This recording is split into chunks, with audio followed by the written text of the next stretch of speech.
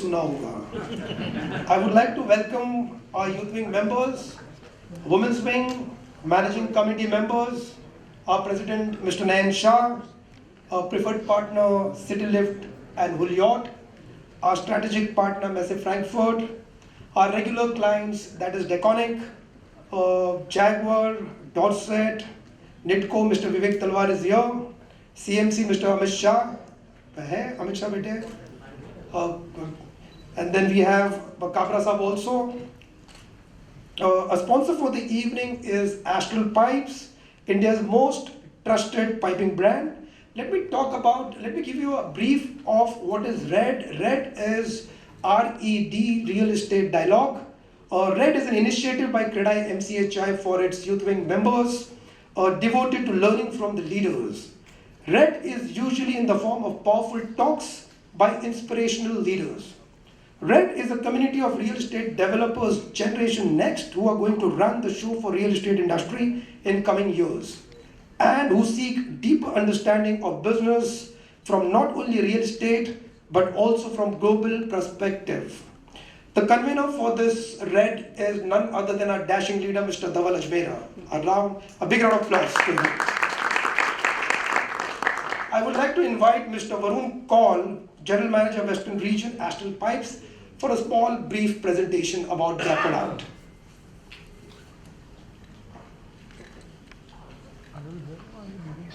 Good evening, everybody, and a very warm welcome to everybody present here. Today's focus of the presentation will be basically on the new products and how it can really bring about a change in the our particular industry. So let's start off with the product presentation. First off, Astral was established in the year 1996 and with the aim to get a new and innovative products into the market. Thanks. We were the first ones to come up with CPVC in the Indian market, and then later on we got into the lead-free column pipes, low noise piping system, got into the super brands, Fortune 500 company, etc. Next. These are the reputations that we have earned.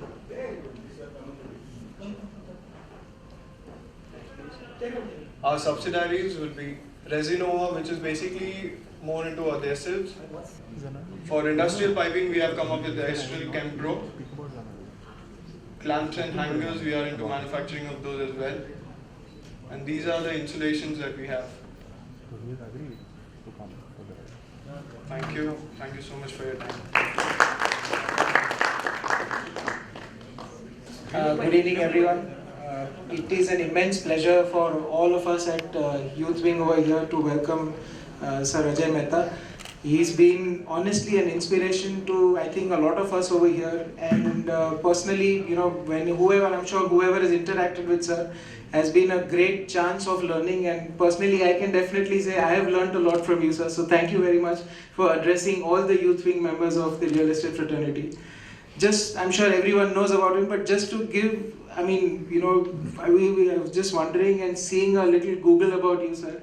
And we saw from collector to being a PA to a deputy CM to being heading the electric board department to the principal secretary of environment, then obviously the MCGM, the municipal commissioner, and now the chief secretary. So many hats, so many different issues, so many different things. I'm sure you must have gone through so many issues. To see the same smile on your face and the same, with so much of pressure, it is really something great to learn about. And we really, all of us over here, I'm sure all of us go through some stress, some issue, some problem. But to learn from you and to understand how you really do that would be a great learning, and every one of us is really excited to hear something about you. So sir, without wasting not much of a time, I would just want President Sir to say something for a few minutes, and we all would love to hear from you, sir.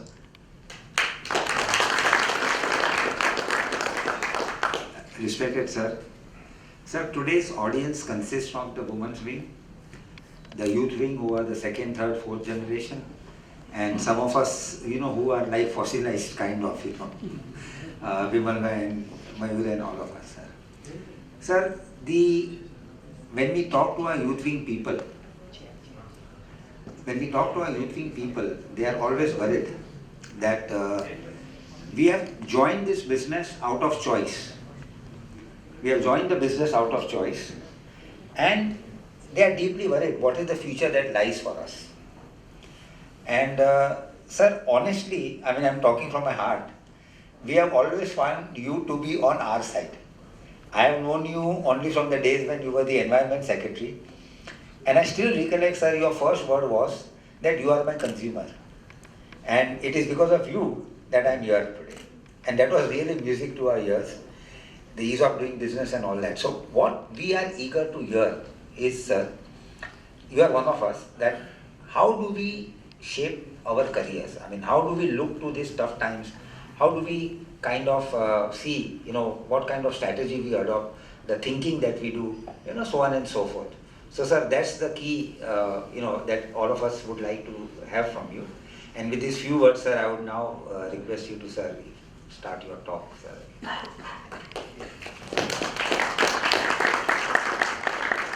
Good evening, everybody.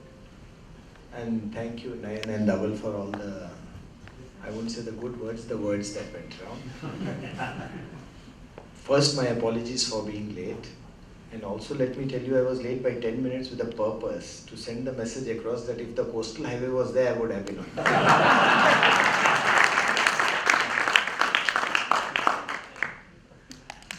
Well, jokes apart, other than talking of the journeys and the smiles which were sent to me, what I intend doing today is maybe talk for just about 15-20 minutes on what are likely new businesses that are likely to come up. Because I think all of you all are fairly fed up with real estate. Rightly so. Any business that is traditional, you should get fed up with it, and that's how new businesses come in. So I thought, let me tell you what could be the line of new businesses. Not that I know business or I understand business, but because in the government we tend to put our bets behind certain businesses. And those are the businesses that normally grow in a democracy, because if government backs a business or government feels that's a challenge, or the government puts its bets behind it, then the government after a certain amount of time realizes कि ये हमसे तो होने वाला नहीं, and then they get you in कि भाई तुम ही कर दो. So where are the bets now in the government? Let's start with the roots. The first bet that I look at is agriculture. Agriculture today is under tremendous stress. There is just no doubt about it. And agriculture is under stress because of 2-3 reasons. One, land holdings are down. Two, the credit availability which you are suffering from is also a big issue in agriculture. Three, predictability is almost nil.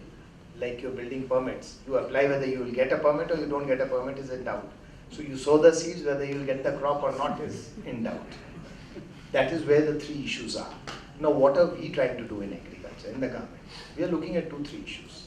And that's where I think the private sector today or tomorrow is going to walk in a big way. We realize very much in agriculture that, like I was telling my secretary agriculture, there is no buzz around agriculture, there is no excitement. क्या करते हो? खेती करता हूँ. अरे यार उसमें कुछ मजा नहीं है. क्या करते हो? IT कंपनी चलाता हूँ. Big fun.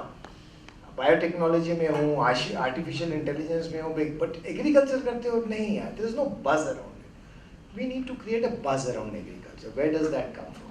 That comes from if we start emphasising quality and we start emphasizing value addition products. So if I said I grow wheat, nobody is going to like it. But if I say I grow grapes to make wine, इस तरह अरे बैठो यार बताओ कैसे करते हो, कौन सा वैरायटी बनाते हो. So then you say अरे क्या बनाते हो, then it starts off and goes somewhere else. But if you said I just grow grapes, table grapes, ठीक है कुछ करता है. We need to look at that, and that is where the emphasis is now heading. Agriculture, both in terms of quality, how do you improve quality, and how do you do value addition in the products. Productivity is important, yes, but in productivity, a lot of work is being done by the large seed companies, large agriculture universities. They're trying to push productivity up. But more than productivity, my feeling is that quality is now going to help. Milk, no. You make milk into cheese, yes, that's big. You're growing, cocoa beans. If you're growing quality chocolates, yes. In fact, I know a person, just when I came here, I came to know him. He's one of the biggest suppliers of sweetened and thickened milk to Cadbury's. And he's in Maharashtra. So he buys milk, he doesn't rear cows, or he doesn't have a dairy. He collects the milk, he sees that the milk is of a particular quality because Cadbury's won't buy anything that's not of quality, thickens it up, adds sugar to their liking or whatever they want to be added in that, and just that thickened and sweetened milk, and then they do the flavoring, the coloring, and the packaging is done somewhere else. That itself is big business, and he's there out in the rural areas. So one area that I think which is strong and coming up is both agriculture, poultry, dairy is going to come up in a big way. People's tastes are finding, therefore quality is important. People are not no more left in, bhakri, pitla bhakri. Quality taste is moving up. So that's one big area. From rural, let me move into urban. Urban, 2-3 things are going to happen that I think which is where we are now putting our bets in. Number one is that people are now looking at quality of life in a big way. It's not just housing. People are looking at quality of housing. It's not just jobs. People are looking at quality of jobs. It's not just entertainment. People are looking at quality of entertainment. So urban, there is a huge shift in the taste of people, and that's putting pressure on the government now. So when people say, okay, housing, no, not just housing, I want quality. So when they say quality means what? It means a little bigger house, a little more airy house, a small place for the children to play in. So people will move away from the core city areas. They're not going to be living in the city, the core of the city. There will be a very small percentage of extremely rich or people who just believe to be there. But most of the people are now likely to move out from the core areas of the city and move into areas which gives you a quality of living, a quality of housing. Therefore, you will find transportation is going to be a big issue. Now, transportation, I don't mean just the metros. There's a lot of allied activities that goes with transportation. In fact, now we are looking at that single ticket. I didn't know there was so much of technology in a portable ticket. So that is a card, if you bought one card and you could travel on any mode of transport with different rates and different methodologies. The kind of technology that's involved and the kind of involvement of the private sector that we are seeing in that is huge. That's coming up in a big way. Journey planning, in terms of station planning, in terms of how stations will cater to people, what are the items that you can give at a station, or what are the things that you look at on a train, what kind of technologies, products. Transportation is big, and it's coming in a big way. You look at the metros. In Mumbai, we have about 120 kilometers of metro under construction today. In MMR region, we have planned about 450 kilometers of metros, out of which about 200 kilometers already under construction. And the next 2-3 years, you will see another 200 starting off. 450 kilometers of metro will be under construction in just the MMR region. And are you aware that since independence or since the first railway came in, we have just about 250 kilometers of railway line in Mumbai. So we are almost doubling the transport capacity in the city of Mumbai. And that's not just what the government can do. Even financing a transport network, that itself is going to be legal issues of a network. So there are a lot of these little spin-off businesses that are going to come just with transport. And that's a big, big thing. Of course, housing is a crisis that all of you all know. How do you deal with housing? I'm not getting into it because that's your industry and I better not venture into what you know because I get caught there. So I keep off housing. But yes, that's going to be a challenge. The third challenge that's coming up is environment. Environment is a big issue. Like it or not, climate change is there. It's going to stay with us. And we need to find a way through this. There's no other go that we can think of. So if environment is an issue, what are we looking at? One is quality of air. Quality of air is poor for whatever it is. A lot of work is going to take place in what is called artificial environments or controlled weather systems. That's a big business that's coming. Controlled weather systems. People, yes, they breathe out. When they're outside, they breathe. But everybody now is looking for controlled weather system, whether it is an air purifier, or a better method of having air inside where you are living. Controlled weather systems is going to be an important issue. And that's something that we are also looking at. How do you also improve air quality outside? Of course, everybody cannot, and at every point of time, you cannot be in a controlled weather. You need to look at weather systems outside also and how do you deal with a cleaner environment outside. Now, when I talk of cleaner environment outside, I'm not talking of those machines which some people put up and they say कि बाहर का air साफ हो जाएगा. No, it doesn't happen. Let's be honest about it. It doesn't happen. You have to look at long-term measures on how you handle. So, pollution control devices. We are going to come down very, very, very heavily on pollution. That's a fact. We are already planning to do it. We are going to come down very heavily. Not because there's an international agreement and we need to follow the agreement or we want to be compliant with it. But the kind of diseases that we are seeing now in terms of respiratory diseases, there is no other go for the government but to come down heavily. The minute you start cracking down on environmental laws, a whole industry spawns around it. Industry in terms of purifying the kind of exhaust gases that the industry throws out or a building throws out, what kind of temperature control devices do you have, that is going to be big and there is no other go. People are going to demand it, we are going to push it. Yes, it will push the cost of business up, but that's a business in itself. The other issue that's going to come up when I talk of environment is going to be water. Water both in terms of quality of water and efficiency in use of water. If you see the level at which we are in water today, this year we've had a drought.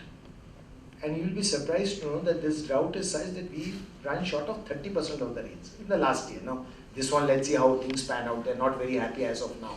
But we were 30% short of rains. We've not suffered a food crisis. In fact, when we were collectors about 20-25 years back, whenever there was a drought, the biggest crisis that I had was how do I see that food reaches the farmer or the rural families. So all the logistics was used in food for work. So we used to start works, come just dig pits. At the end of the day, you will get 1 kilo of wheat or 2 kilos of wheat and a little oil. So the whole concept was food for work. Today you will be surprised that there is nobody coming for food. Food is not an issue. Agriculture has not failed. Of course, the agriculture crisis is different. Incomes are not there. That can come only if you improve quality or you do value addition. Agriculture has not failed. Food is there, but you have a hydrological drought. We were running about 6,000 tankers supplying water to people. That's the kind of situation we were in. Hydrological drought is the biggest issue. In fact, Marathwada, the level of water was just down to 0.25% of the dam capacity. That is where we were. Today also, we are at just about 20-25% of the capacity of the various dams in Maharashtra. So the hydrological drought is a big, big issue now. How do you deal with this? Now, if you see Israel and how they are handling, in Israel, out of the total rainfall that comes in, 70% simply evaporates because the rainfall is so little that whatever comes, the soil is so hot that it just evaporates. Out of that 30 that is left, hardly about 5 or 6% is the runoff. From that, they are running this nation. The kind of water conservation methods that they have got into, the way, and it's, let me tell you, everything to do with water in Israel, 90% is done by the private sector and not by the government. 90% of the water conservation measures that they are running there, whether it is recycling water, whether it is trapping water as it falls, whether it is ensuring that water is circulated in the houses in a particular manner, almost the whole end-to-end industry is held by the private sector. And we've been borrowing, in fact, the water grid that Israel has followed. Today the cabinet approved that for Marathwada. That's for Aurangabad and Jalna. That itself is 4,000 crores. The bid should be out in the next 1 week. Today the cabinet approved it. So next 1 week you have the bids out. 4,000 crores worth of water grid coming in. And that will ensure, and what the government wants to do is that at least one tap supplying drinking water to every house. That is the aim. Now just that one tap, if you decided only to manufacture taps itself, it's a big business. Just to manufacture that one tap. The pipelines, both in terms of distribution, the main lines, the pumping stations, the control systems, everything related to that is going to be huge. Going to be a big, big business that is coming up in the near future. So that's the other challenge that we are looking at, is going to be water. Moving on, the other area that's coming in is going to be waste. We are just not treating our waste. Nowhere in the world what we are doing to the waste happens. If you look at even wastewater, Maharashtra generates about 7,500 million liters per day of wastewater, every day. nothing is treated almost nothing. Just few towns are treating it. Rest of this water, untreated, is getting into the rivers. See the condition of the rivers. I don't think अभी मैं advertisement तो बहुत सारे पढ़ता हूँ. River touch house. वो किस river को touch कर रहा है? BT river or which river? Look at the rivers. What kind of rivers have we done? It's a mess. And the problem is twofold. When you mess up with the river, you pollute the river, you've lost a drinking water source. And second, you've lost the opportunity to use or reuse that water. In Germany, every town has to pick up water from the river. They use the water, then they have to bring it back to the level at which they picked up the water and throw it back into the river so that the town downstream then picks it up. So along the river, you have some 15-20 towns which are picking up the water, purifying it, pushing it back into the river, then somebody else picks it up, purifies it, puts it back. That's how they go, but we don't do it. Once we pick up, we put it in, that's the end of the story. So water purification, water reuse, water conservation in terms of drinking water, in terms of water that we are using, is going to be another big challenge that I think in Maharashtra we are now very serious about it. In fact, the other day we had a discussion and we are planning to set up a small public sector company in the government to just take up setting up a water treatment plants all over the state and cover every town in the next 5 to 6 years. So we are now working on that master plan, and very soon you will see bids coming out just on water treatment, almost in every town. And we are looking at not just those big water treatment plants, but even small innovative ideas for small villages, even a small village. What does it do with the village with 500 population or a population of 1,000? What does it do with its wastewater? It simply collects in a puddle somewhere where mosquitoes breed. What can they do? So we're looking at all those things, and I think very soon we should be coming up with a proper structure in the government to carry this forward. That is what we are doing at water. As far as solid waste is concerned, that's a big problem now. If you see solid waste, any village you go to, any town you go to, the minute you come out of the town, both sides of the road you will find garbage. Go from here to Nasik, see what's happening. Go from here to Pune, go from here to any town, any city, you will find garbage dumped on both sides of the roads. This is not going far. We need to treat it. Landfilling as a method of disposing garbage is now done. Corporations will have to treat it. The minute you talk of treating it, you are talking of business. It's business. Treating it is business. People will have to pay for the treatment. There will be a business around it. Whatever you treat will be reused. There is a huge business that is going to develop around the waste. And that's, if you ask me, waste treatment in India is the next business. It's a sunrise industry, which we are not looking at it. Because somehow we've been told, nahi, waste means let's not look at it. Kya karta hai, kachra sambhalta hai. No, not that. It's big business. It's coming. That's one. Lastly, I'll just touch one more area and then leave it for you all to, because I was told this is a brainstorming session. So people who have the brains can storm while I'll listen. Lastly, the other issue that we are looking at in the government is people don't want to come to government office for services. They are fed up. They don't want to come to the government कि अब मुझे ये license दे दो, ये permit दे दो, वो permission दे दो, ये दे दो. IT, transparency, and methods of demolishing regulations is going to be important now. That is going to be a big, big area. We need to look at which regulations have to go, which regulations need to be demolished, how do you do risk-based assessment, how do you bring bigger transparency, and how do you IT enable the government processes. IT enablement of government processes is big, and in fact I must say in the last 5 years a lot has happened. In fact, I didn't know till I came in this new position because I get to see the rural areas. In fact, the PM Kisan, wherein we transfer money to farmers, one button pressed in Delhi transfers money to almost all the farmers who are on that database. In Maharashtra, we have about 1 crore farmers on the database. Every month, just the press of the button and the money comes into your account straight. It's big. It removes all kinds of transaction costs. It removes corruption, removes all kinds of mischief. He just does nothing. His Aadhaar card, his bank, his land number, gut number is registered and the money just falls into your account. That's the way it goes. Similarly, health. Every service we are now pushing onto this, onto online, onto enabling it, IT enabling the thing. It's big that's coming. And we want everything to now move on to blockchain. And it will, because the way it is moving, it is going to move on to blockchain. And that is where the whole future is going to be in terms of creating IT enablement of government services.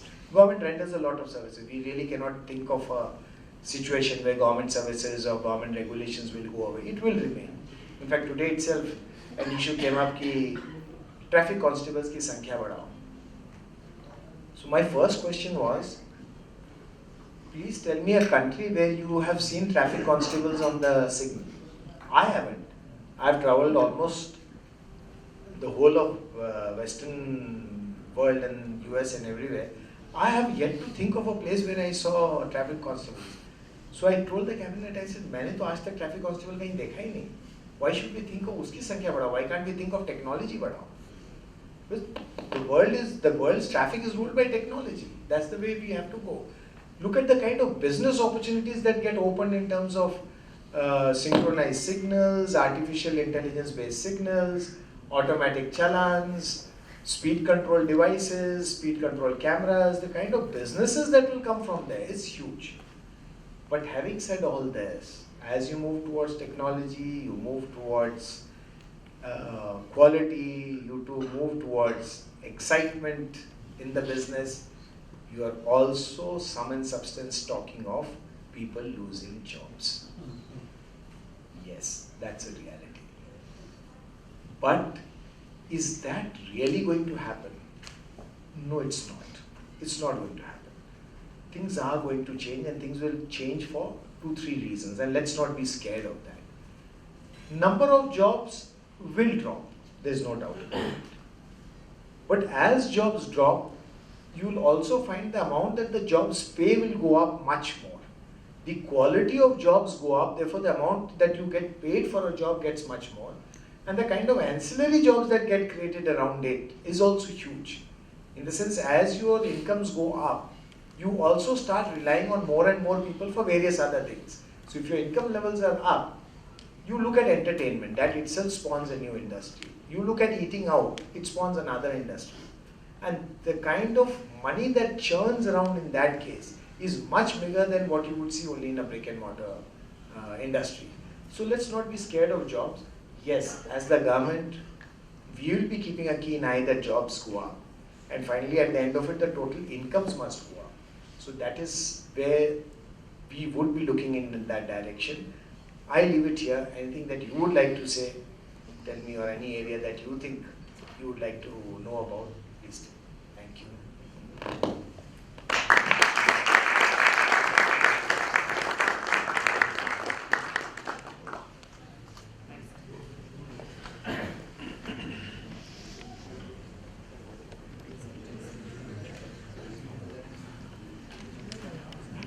Anyone, if they have any questions, they can introduce themselves and please ask. Sir, before everyone asks, let me just ask one opportunity. Very personal thing, but if it was not an IAS officer, what would sir be today? General manager of a desk. General manager of a disco. I love happiness. And the amount of happiness you see there is nobody's business.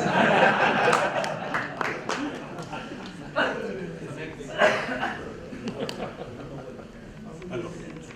This is Samyak Shah from Marathon Group. Obviously real estate is in our blood, it won't go out of our blood. So just one thing related to real estate. So Mumbai, I mean, you've been the commissioner of Mumbai, and obviously affordability is a huge thing.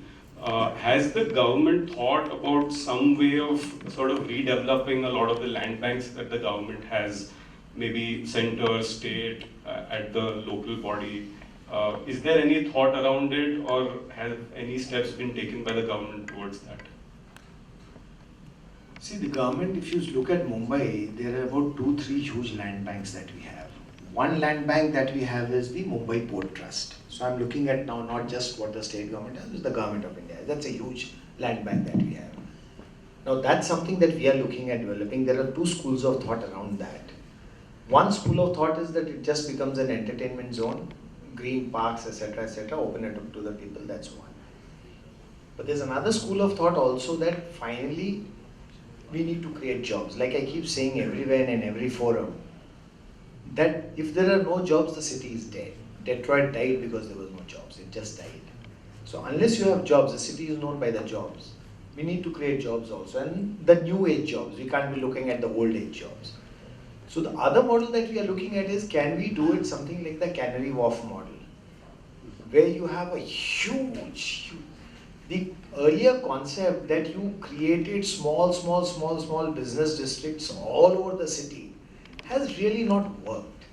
What you need to do is create one magnet which throws up jobs, because suppose you create a finance center. It's not just finance. The finance man also needs an insurance man. He also needs a guy to do his logistics. He needs a banker. He needs so many other services that go with finance. Finance doesn't stand alone. There's so many things that he needs a law firm to guide him, to sign his agreements. So it just doesn't need one. So once you select something, all the ancillaries that go with it, a knowledge industry, everything that goes with it, comes there, becomes the great magnet for providing job. And then you have huge transport systems which carry people in from all sides of the city and carry them out. So you have a metro, you have a train connection. That's why we are paralleling one of the biggest metro stations in Mumbai Port Trust, and that metro was approved today in the Mumbai Port Trust area.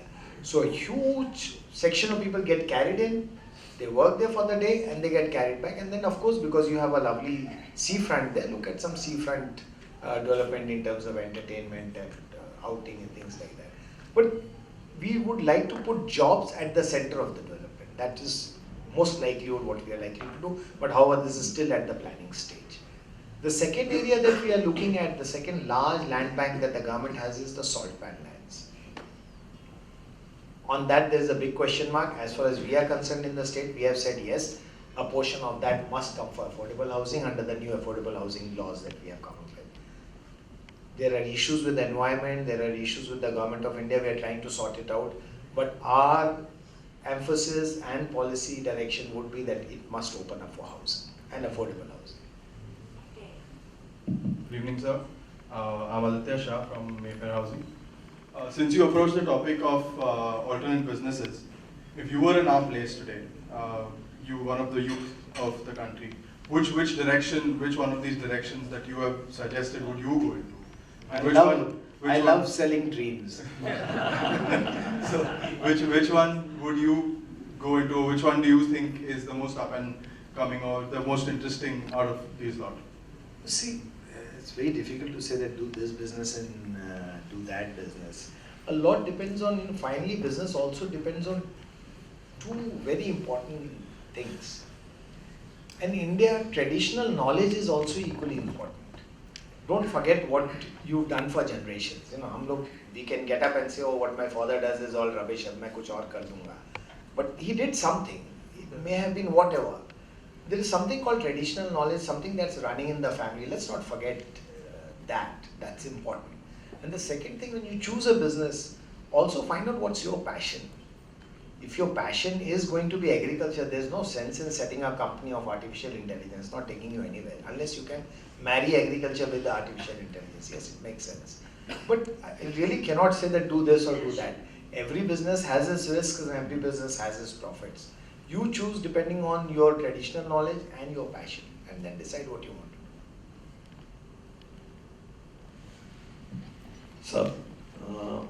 to do. Talking of the businesses which we are talking of, various new alternatives which are opening up as government's focus is changing, and we are seeing the government focus is on water conservation or environment or solid waste or whatever it is. What do you see there as an entry barrier for a person to get into it? What is government's role going to be in it? And how government is going to allow lot of private, because traditionally all this agriculture, lot of barriers, unless you are an agriculturalist, you can't buy agricultural land, or you can't do farming with a large corporate farming kind of thing. When you come to solid waste, it's marked with a lot of tendering issues and all those things. So when you want to get into it, you want to bring new technology, you want to bring latest technology into it, and you don't want to get into it as a small player, you want to get into it as a reasonable player, like you have been in real estate. And we have to change the business. I mean, we have to have multiple business if one has to be now remain in business for a long period of time. So what do you see government's role from now onwards on all these new areas, and how adaptive they will be on a multiple technologies which are available on each of these items? 2-3 barriers in the areas where of challenges that I have mentioned here. The first barrier in any business that has money is regulation. Any business that doesn't have regulations and you get into the business, there's not much money in that because anybody can get into it. So where anybody can get into it, there's not much money to be made. Where there is a regulation which has to be first demolished, changed, or you need to work around it. People are experts at working around regulations also. That is where the money is. So the first thing is regulations. As governments, our biggest role in terms of regulation is going to be what I call leveling the playing field. So we really, though we know people work around regulation, we do not really like people working around regulation because that only creates a monopoly. So just because you know somebody, you get a license and therefore you get to do the business and nobody else gets to business. So that license Raj is not happening anymore. So first thing that we would like to look at is one, and I purposely use the word which not many people like in the government, is demolish the regulations. We need to start demolishing regulations and level the playing field. By leveling the playing field, I don't mean just some article. You have to actually demolish these regulations and level it. So that's first thing. Second, most of these businesses are going to be driven by norms set by the government through its regulatory agencies. So for example, water quality, for wastewater treatment, what should be the discharge norm or what is the quality of water to which you must discharge has to be set by the government. In that, my second issue is going to be with the government is that you need regulatory predictability. You cannot have an unpredictable regulatory environment. You cannot say that kya discharge standard I do not know, किस level पे मेरे को food standards चाहिए, I do not know food standards. All these standards are fixed by the government. So government has to bring in what is called regulatory predictability. That's the second issue. The third issue that is going to come up is that all these things will have to be funded by the government. Somewhere the government has to fund this. Most of it is going to be funded by the government. Of course, the private sector would also find its own ways of doing it. When it comes by funding by the government, we are now looking at innovative methods of funding because we cannot raise that kind of cash. We'll have to look at different methods by which we can get the private sector to put in their cash and fund it. The last big challenge for the government politically is going to be that if you are going to get the government sector to fund this, the private sector to fund this, the private sector would like to have the returns. And if you think that the private sector is going to get the returns only from your tax collections, it's not happening. Because tax collections, the pressure is huge. Everybody wants something. So from the tax collection, the return possible to return the private sector is not going to be there. You will have to let the private sector charge for the services that he is delivering. Till today, unfortunately, since independence, we have made our people believe roads to free mein hai. So the minute you put a toll on the road, people start protesting. Pani free mein hai. The minute you put a meter on your tap, people protest. Bijli jitni marzi use karo, meter lagaya to jhanjat. So somewhere we have to now tell, in fact in some of the countries, you are even charged for the amount of waste you generate or the wastewater you generate. So not only is the water coming into your house metered, the water going out of your house is also metered. Because I need to treat that wastewater. You might as well pay for it. So we'll have to realize somewhere that these services will have to be paid for so that cash sources are generated and people realize the true cost of these things. Today we don't realize the true cost. Wastewater has a cost, waste has a cost. So the true cost people start realizing. So these could be the challenges that would come up.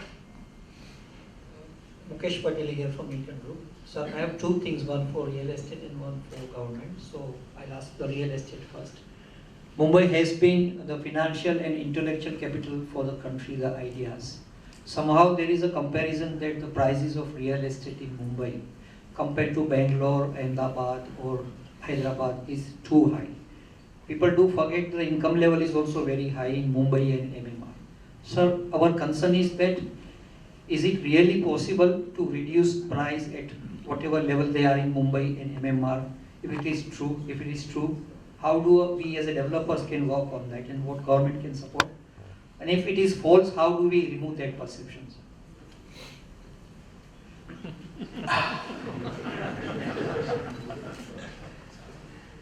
See, pricing of real estate as far as affordability in Mumbai is concerned is, yes, it is high. There's just no doubt about it. Let us look at where are the pricing elements coming in from. Where is the pricing element coming in? Anything that is a scarce resource is bound to be priced by the seller rather than the buyer. So whether it is spectrum or it is coal or is it diamonds or whether it is land, it will be the seller who will dictate the prices rather than the buyer. But over here somehow we have slightly perverted the market because of 2-3 issues, have spoiled the market in Mumbai. One, and which I have said it many times and many of you all would have heard me say it also, Mumbai doesn't have any green field land. In fact, the first question was the land banks. There are very few land banks left, the salt pan land or maybe the Bombay Port Trust land. There's no greenfield land available. Any new housing is going to be a redevelopment housing. And if you see Mumbai, 50% of Mumbai is in slums. 22% of Mumbai is in cess buildings. So 72% of Mumbai has to be redeveloped. Unless you redevelop this 72%, you cannot generate new housing stock. These 72% people have now become entitled for free housing.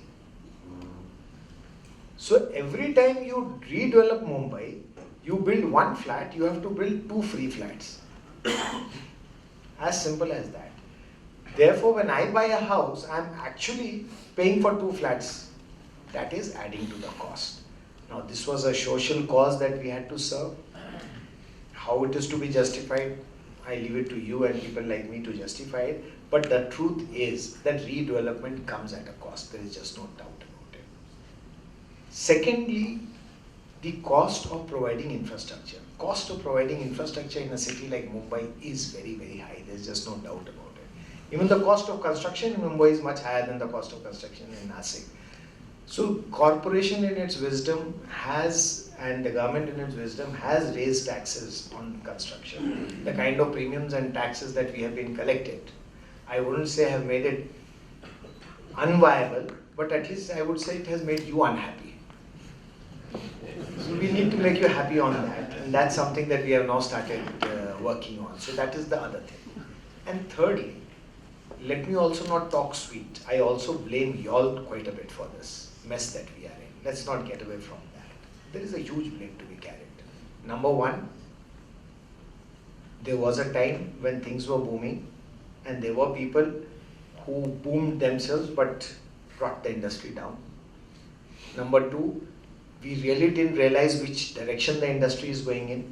Everybody said luxury flat, luxury flat, luxury flat, whereas the industry was going towards affordable housing. We never looked at flexibility or changing the market, changing to market requirements. So a lot of things have also happened from the sector.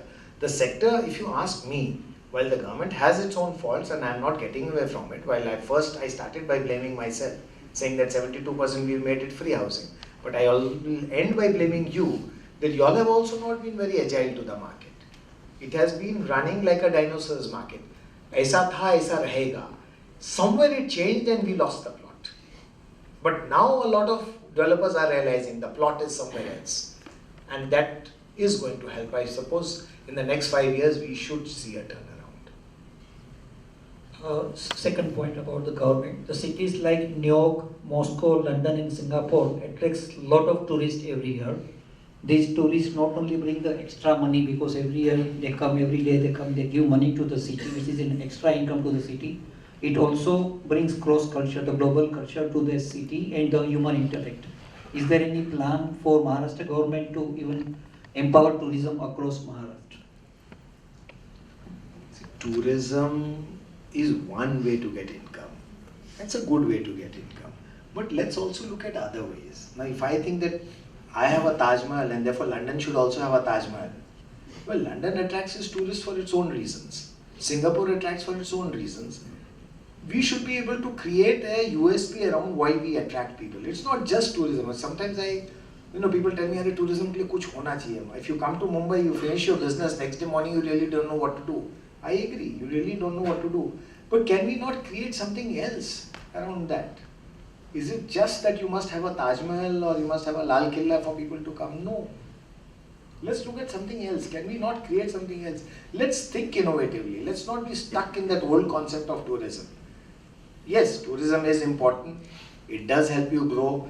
But everything is not people going there, visiting, getting a selfie at a selfie point and then going home to show people. That's one part of the story. Can we not look at just food? People come here to enjoy the food. Can we not just look at making the city walkable? Okay, if you just want to walk, let's walk around Mumbai. It's a lovely city to walk. Can we not just have something around maybe the ocean front? Let's look at something differently. It's not every time that there has to be some sort of an iconic structure which people come to see or an iconic park which people visit and go back.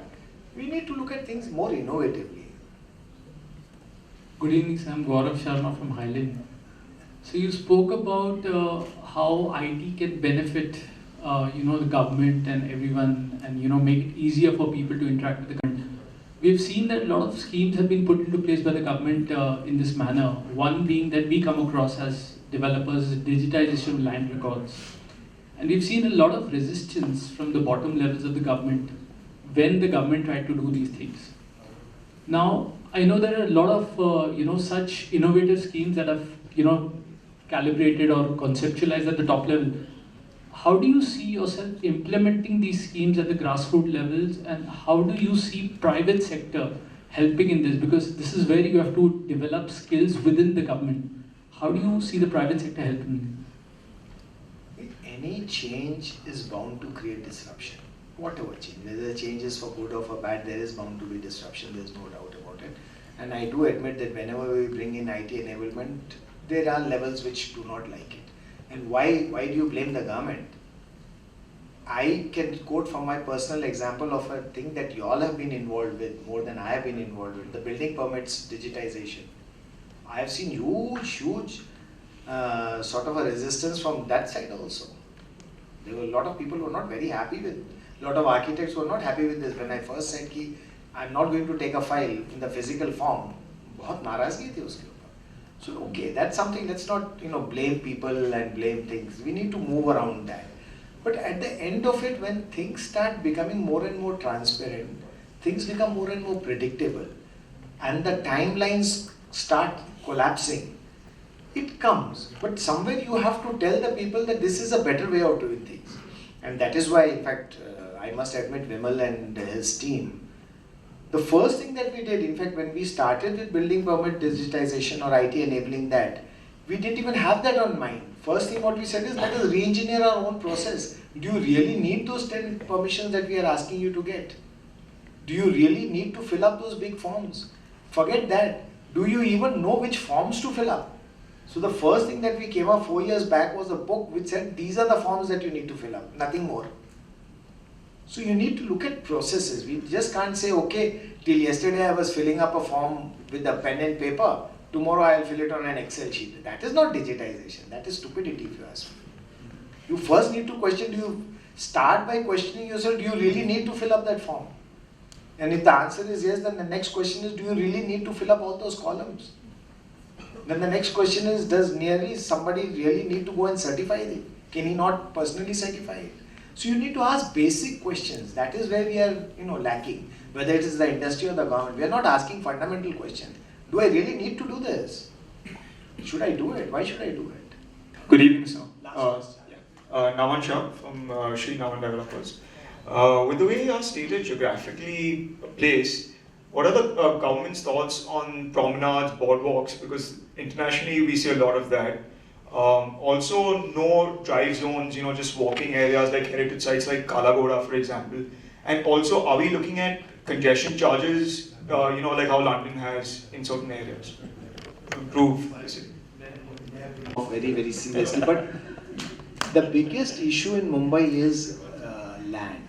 So suppose you talk of congestion charges, two things must happen before you even impose congestion charges. Number one, you must have an excellent public transport system. So if you don't want me to bring my car, I must have an alternate, comfortable, reliable, predictable method of moving into the city center of Mumbai. Now if that is not there, मैं अपनी गाड़ी भी घर छोड़ दूँ करूँ क्या? Let's look at the citizens' problem. Second issue is good parking. So if I want to drive say up to Worli and from Worli I want to take public transport. But is in Worli, does Worli have a place where I can park my cars? No, it doesn't. So congestion charges, while we would like to do it, unless we generate an alternative, we really cannot find a way. But definitely, let me tell you one thing, in India it will come. Today or tomorrow it is coming. As public transport picks up, as the metro is coming, we'll have to seriously think on those lines. On the other issue of promenades and Broadways and those areas, number one, forget promenades, we need to make the city walkable. It has to be more walkable. It is not walking friendly. That is something that we need to work on. As far as these Broadways etc. are concerned or promenades are concerned, now that concept has started coming into India, that waterfronts are public property, not private property. If you see the old cities in Mumbai and all those people who studied architecture, you see Varanasi, every inch of the riverfront is covered by private houses. But you see anything that has been designed by the British, the waterfront is always kept public, whether it is Marine Drive or the Worli Seafront is always kept public. I think with that, we've come to the end of a very interesting session, sir.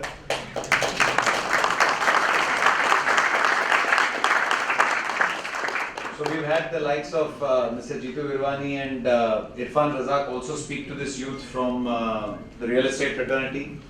We've had Mr. Khushru Jijina and Vipul Rumta speak from the financial fraternity, and sir, after Mr. Gautam Chatterjee, we've had the good fortune of hearing you, and thank you for a very frank session where you kind of admitted that there are issues that need to be sorted out on both sides of the table. I think more than that, I would like to just tell you 5 minutes before you entered inside, Vimal was speaking to us about how to face the issues. You know, he was talking about changing landscape, changing life, changing problems that are there. So he was saying one of the lines he used was unlearn to learn. And I think that is very relevant. And then you touched upon it with all the new age businesses. So it was almost like it was contrived between the two of you that he'd started off and you would take off from there. Though it was not so, I should assure every one of you. New age businesses are great, sir, but I'm also happy that you brought across points of architecture, you know, things that we as developers for a long time may have forgotten in the realm of only getting higher FSI or trying to maximize profits. What we forgot is we can create value in a product and actually make more out of that. So thank you for touching upon that. It's really, really important. Sir, you have been truly, like Nayan said, a friend of development. You were one of those who made us comfortable as we would make a customer feel whenever we came to you. Whether it was as an industry, I'm sure Mayur felt it, Vimal felt it, we all felt it.